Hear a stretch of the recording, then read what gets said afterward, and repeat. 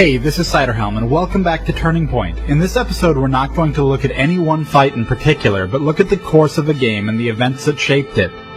Let's start with Lulu. Lulu has just been hammered in top lane. She was killed early, and since then, she's been easily bullied out of lane, losing both minion kills and experience.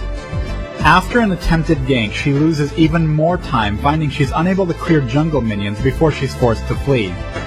And despite very good gank attempts, this disparity prevents her and Fiddlesticks from picking up kills even when they do a good job initiating onto Aurelia. Lulu came into this game to play her as a full ability power caster. However, she's going to wind up playing the role of a second support for most of this game, still bringing great utility to her team but lacking the offensive power the team had expected from their top lane. The game as a whole is going much differently. Despite the extremely lopsided top lane, Blue Team has actually been pulling way ahead of the Purple Team. They're very willing to get into fights and aggressively engage Purple Team, and so far this has led to many close calls, nearly all of which have gone in their favor. Blue Team has the advantage of bringing an immense amount of crowd to the table, and they can lay most of this crowd control down very quickly without regard to positioning, unlike Xerath, who requires a combo to stun, and Vayne, who requires a good angle to pin an opponent against the wall. But one of the quickest ways to lose a game you're winning is to engage Baron. I'm not talking about baiting a fight out near Baron, but physically engaging the boss. And there really aren't many meaningful exceptions to this rule. At all levels of play, even in top tournament matches, Baron attempts are one of the major and consistent turning points. This is because Baron deals quite a bit of damage and debuffs his target, in addition to locking the engaging team into a tight area. Blue Team knows that Purple Team is nearby. They believe they're far enough ahead that they don't need to worry about them. The team fight that follows this is reminiscent of last week's Turning Point episode. Blue Team gets caught in the same tight jungle corridor and winds up getting annihilated by area effect and multi-target damage from Purple Team. Purple Team winds up with a free Baron. From here, Blue Team is still pretty cocky, taking big risks, including diving past towers for kills.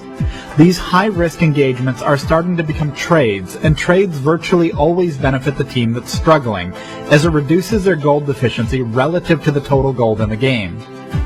Despite being extremely far behind, Purple Team is actually going to pull ahead of Blue Team as a result of acing them inside their base and following it up with another Baron kill.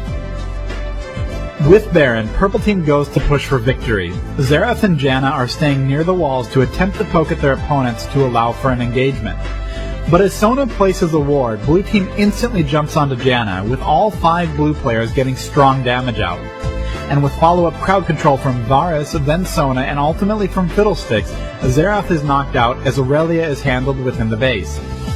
Though everyone on Blue Team has taken damage, the fight at this point is simply cleanup, and Blue Team is able to go on to take middle and bottom inhibitors. The game is now on a path to victory for Blue Team.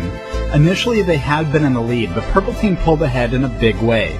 And the game was turned around again when Janna was caught out of position. The core reason I wanted to cover this game the way I did, aside from bringing up the risk of taking Baron when you're already ahead, was to nail down how little the early game means sometimes. Aurelia completely dominated top lane, but she had relatively little impact in the final critical team fight, not because she made the wrong choices, but because the team fight was decided off a positioning mistake from Janna. And Blue Team pulled an enormous lead throughout the game, but they could have just as easily lost it with their aggressive plays that twice cost them Baron. Not to say doing well in the early game isn't really important. To the degree that Blue Team's early game helped them, it was in regards to not winding up too far behind once they started making really big mistakes. It acted as an insurance policy, or as a guardian angel, that gave them a second chance to win the game in what should have otherwise been a shutout. Thanks for watching this episode of Turning Point.